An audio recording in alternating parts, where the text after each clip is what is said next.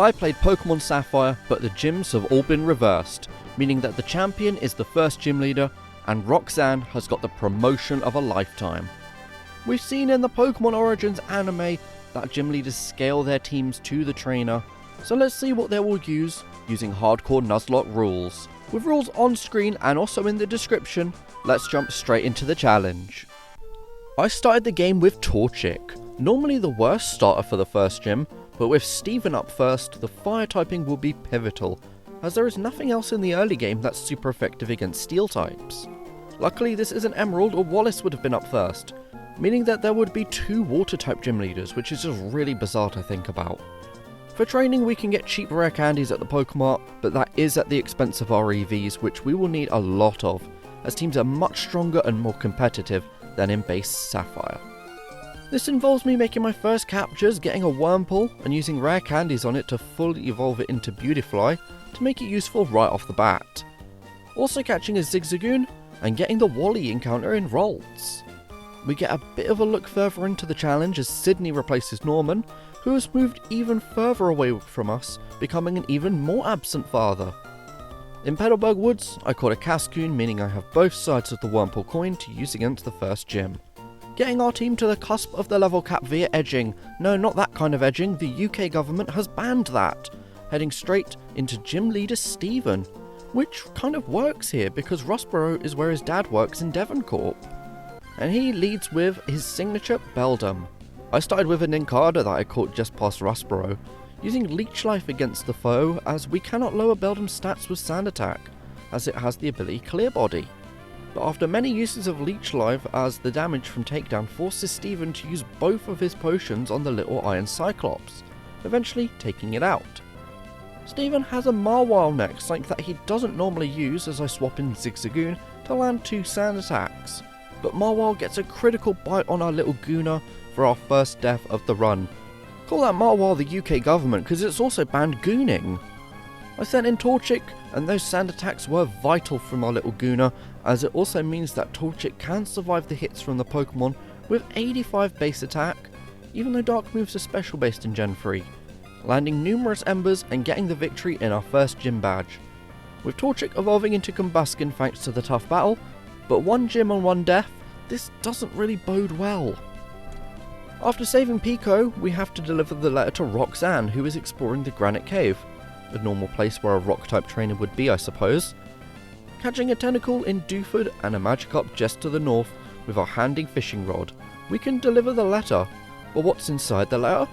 Oh, it's the sponsor of today's video, Good Magazine. What's Good Magazine? Of course you know, I mean sheesh, Good Magazine is the hottest thing in cool.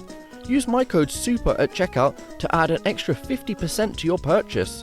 Much better than that crummy Bad Magazine. And thank you to Good Magazine for sponsoring this video.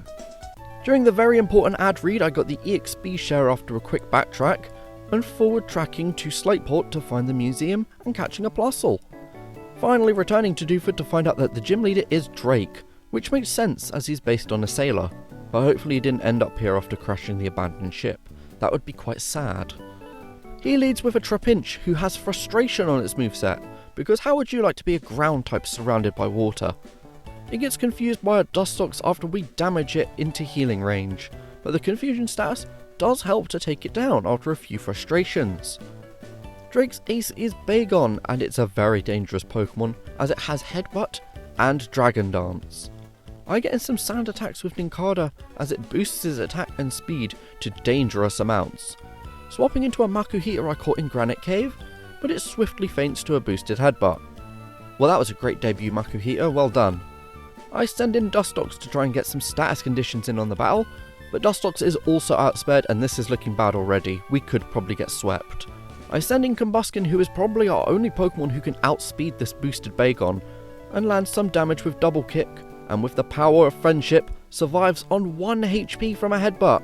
And thanks to some good luck from Paralysis, we take out the Bagon and win the second gym badge.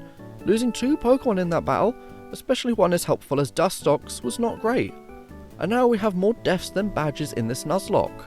But can I redeem myself? With the level cap increase, we make some vital additions to the team in Gyarados and Shedinja. Okay, maybe not Shedinja because we can't really use it against the upcoming gyms, but it's still cool to have a Shedinja, and it does help against the rival, hard countering her Marshtomp to get us to Marvel and taking out Wally's Curlier with no issues. I also picked up the Macho Brace from the Windstreak family to help us when grinding for EVs. Also, going into Glacia's gym, who has now turned off the generators that Wattson left in the gym because he's lazy and didn't renovate it before he left. After evolving a Whismur into a Loudred that I caught in the Rust Earth tunnel, I go to battle the Ice-type leader, starting by paralysing the Snorunt and attempting to set up with Howl. But that didn't really work, so I swapped into Plusle, and after taking out the Snorunt and one-shotting her Sphere with Spark, we can go into her ace Glalie. Glalie could potentially be tough to get past, but I have a secret weapon in Combuskin. Much like the Steven battle, this is why I picked Torchic at the beginning of the game, clearing out the big scary disembodied floating head for our first deathless gym of the run. Her team lacked a lot of variety, and the scariest thing in her team was the Glalie, but what do you expect making a boss out of a type with only 2 lines represented in the region? If you know the Hoenn Elite Four, then you'll know who is next, but first we have to go through the long and arduous quest through the routes, making some new captures to the squad, including a Numel whose name backwards is Lemon, a Slugma, which is what your mother does to my balls, and a Zubat, a Pokemon who gets way too much hate from the Gen 1 crowd, evolving it into Golbat and battling the Team Aqua boss on the top of the active volcano, getting past with no issues. Moving into Loveridge with some pre-gym EV training, and could we have more badges than deaths at the end of this battle? Well, Phoebe specialises in the creatures of the afterlife, and we'll be hoping none of our team goes with her. She starts with Duskull as I try for the Loudred Howl sweep, which, much like Glacia, doesn't work. So I just start spamming Astonish before being hit with a mix of Confusion and Burn. A critical hit takes out Duskull, and now Phoebe sends in Sableye, a Pokemon with no weakness pre-Fairy type. I send in Tentacool and get a speed drop, then swapping into Plusle who gets off 2 sparks either side of a Detect on her side. This leads to our final Pokemon in Bayonet, which is strange because normally her ace is a Dusclops. I send in Gyarados to land numerous Dragon Rages with Bayonet being healed, but for it not to matter, as despite being in the red itself, Gyarados takes out the Bayonet to get our 4th gym badge. I'm actually glad that she doesn't have the bulky Dusclops, even though it would make more sense, because taking out 2 of them in a standard Elite Four battle is a struggle, meaning for the first time in this Nuzlocke, we have more badges than deaths. And thanks to the level cap increase, we are now able to evolve Tentacool into Tentacruel, giving us 2 of the Nuzlocke monsters from the Dewford Shores. With Sydney's Dark types coming up next, I'm fully expecting Combuskin to clean up here, as Dark types normally have pretty low defense stats. But in the battle, I lead with Gyarados to both give and take Intimidate attack drops, but the drops don't matter on our end as Dragon Rage is a fixed damage move. And despite the healing on his end, and even landing a Toxic that will deal more and more damage over time, Gyarados takes out the Mighty Anna, and we swap out when Cacturne comes in. Going into our Golbat who hard counters the sentient Cacti and knocks it out easily. With Sydney just down to his Absol, I send in Tentacruel and use Confuse Ray as it tries to set up with Swords Dance.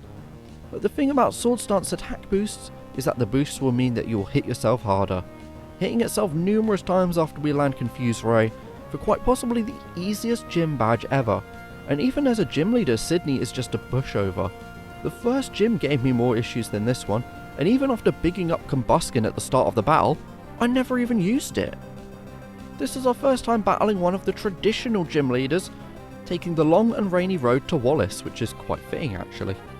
A funny change on this trip is that the TMs for Ice Beam and Thunderbolt have been swapped, since Glacia is now the 3rd gym leader, taking you down to New Marville. Clearing Team Aqua out of the Weather Institute with ease, and battling the rival and winning thanks to an insane Golbat sweep. I take on the now Water Gym with Wallace in place of Winona. He leads with Love Disc as I start with Plusle, landing a Thunderbolt for an easy one-shot. Whiscash comes in, and by correctly predicting an Earthquake, which is resisted by my incoming Golbat beating it damageless thanks to confusion damage on the Whiscash.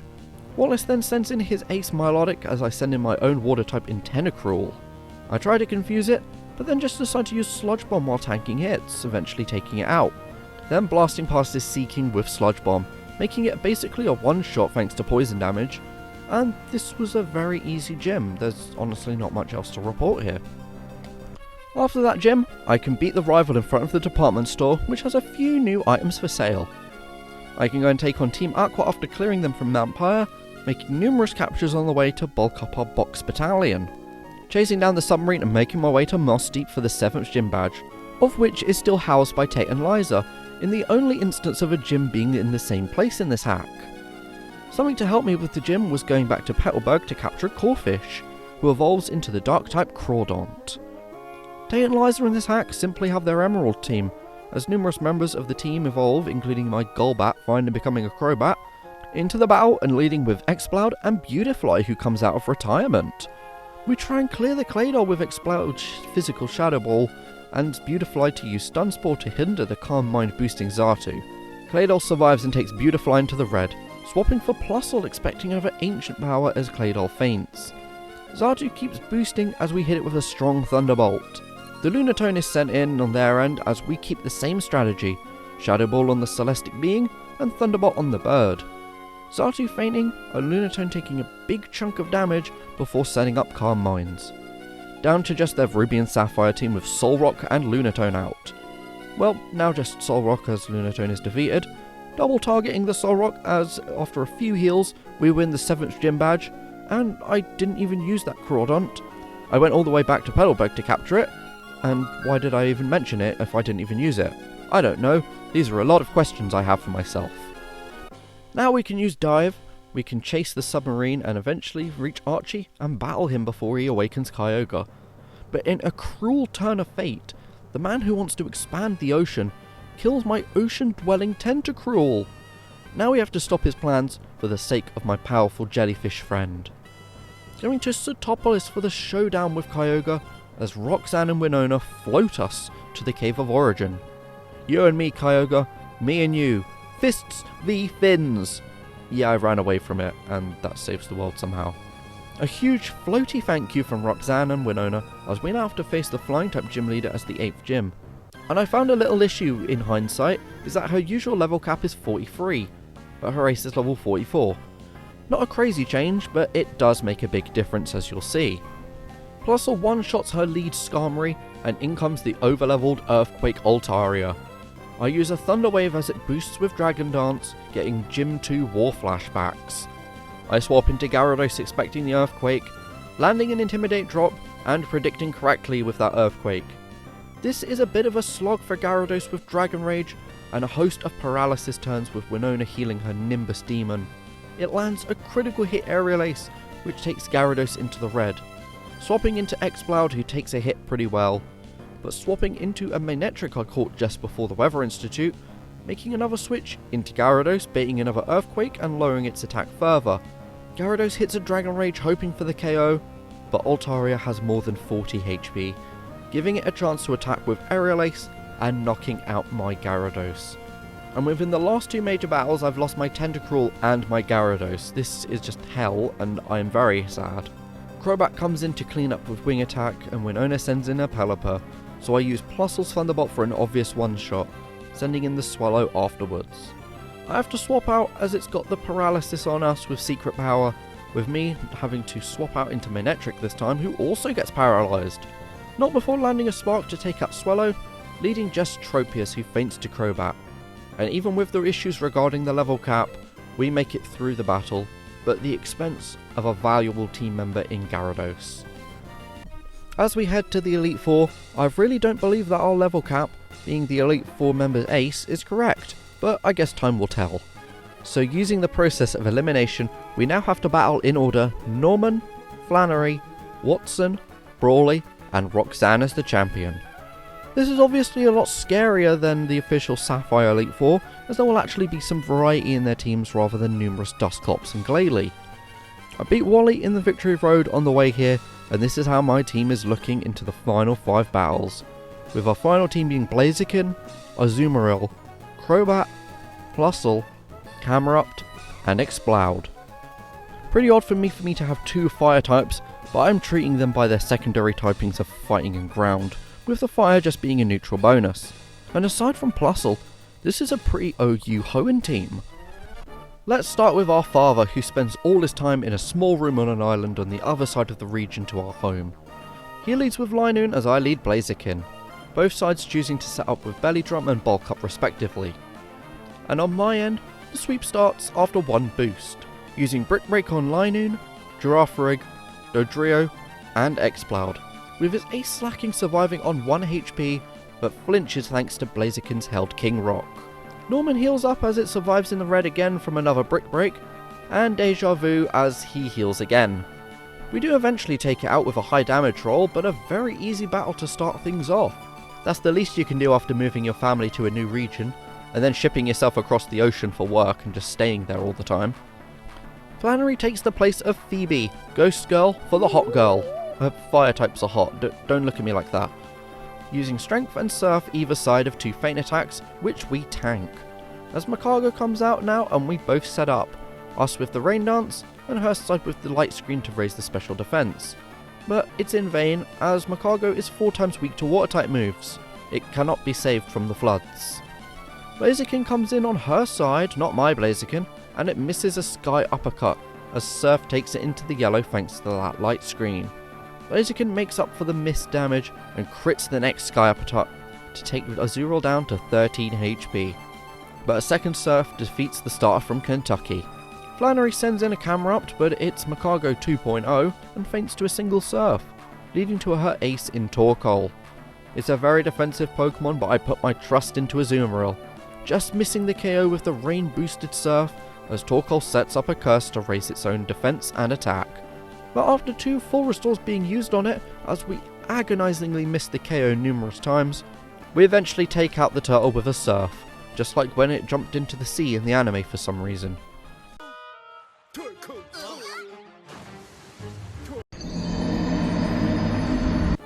Our third Elite Four challenge is Wattson, who got the call for the Elite Four and didn't even have the courtesy to turn off the electric gates in now Glacia's gym. This is one of the harder battles in the challenge, hence why I lost to this one before. He leads with Raichu as we lead Blaziken, as I didn't want to lead Camera Up in case of a surfing Raichu situation, as the Raichu rather uses Charm as we attempt to bulk up, but we use a Blaze Kick after it lands a Thunderbolt, but we do get the KO, also getting paralysed thanks to Static. He then sends in Manectric, as it lands a Thunderbolt as we miss a Brick Break. I have to swap into Camera Up, pressing the Earthquake button and taking it out. Lantern obviously comes in with its water typing, being very good against Camera Up as we have just seen. Wattson clearly watched our battle against Flannery, as I swap into Exploud and use Earthquake twice to take out the Lanternfish. With Electrode coming into battle, I swap into Camera Up to resist an electric move, using Earthquake on that also, and also on the following Magneton, to complete a pretty easy end to the battle after a shaky start. But with only one more battle until the champion, how will my team do? Brawly is the final Elite Four member, and probably rode the waves to get himself up that waterfall before Victory Road, leading with his Medicham as I lead Azumarill. Medicham lands a high jump kick as we set up the rain, hoping it slips and breaks its ankle, but it doesn't. Azumarill does survive another high jump kick however thanks to a held Citrus Berry, and takes out Medicham with a few uses of Surf. Breloom comes in, and of course Azumarill has got to get out of there, swapping into Camera Up? Okay, I did mean to swap into Crobat, which I do eventually do, and use Aerial Ace to one-shot the Mushroom Man and the incoming Heracross, both 4 times weak to flying type moves. Machamp comes in and another Aerial Ace lands Machamp into the yellow as it hits a Rock Tomb, sending Crobat down to the yellow itself. One more Aerial Ace does the trick as Brawly is left with just his Hariyama. I'm not confident with Crobat on the field as Hariyama is quite bulky, swapping into Camera Up to take the Fake Out and the Brick Break, just surviving in the red as it lands a pretty weak Earthquake. I swap into Plusle to keep Camera Up alive, and Plusle takes the Hariyama into the red, hoping for some paralysis luck, but Hariyama lands 2 strong hits on our little addition mouse, as it subtracts it from our team for the first death in the Elite Four. This does give me a free swap into Crobat, who I learned could have actually taken down the Hariyama, especially since it won't flinch from Fake Out due to its ability, making that death quite avoidable. But no matter, as we can now face Roxanne and avenge our fallen comrades. Fresh from the back of exploring the region, Roxanne leads with her signature nose pass as I go with Azumarill.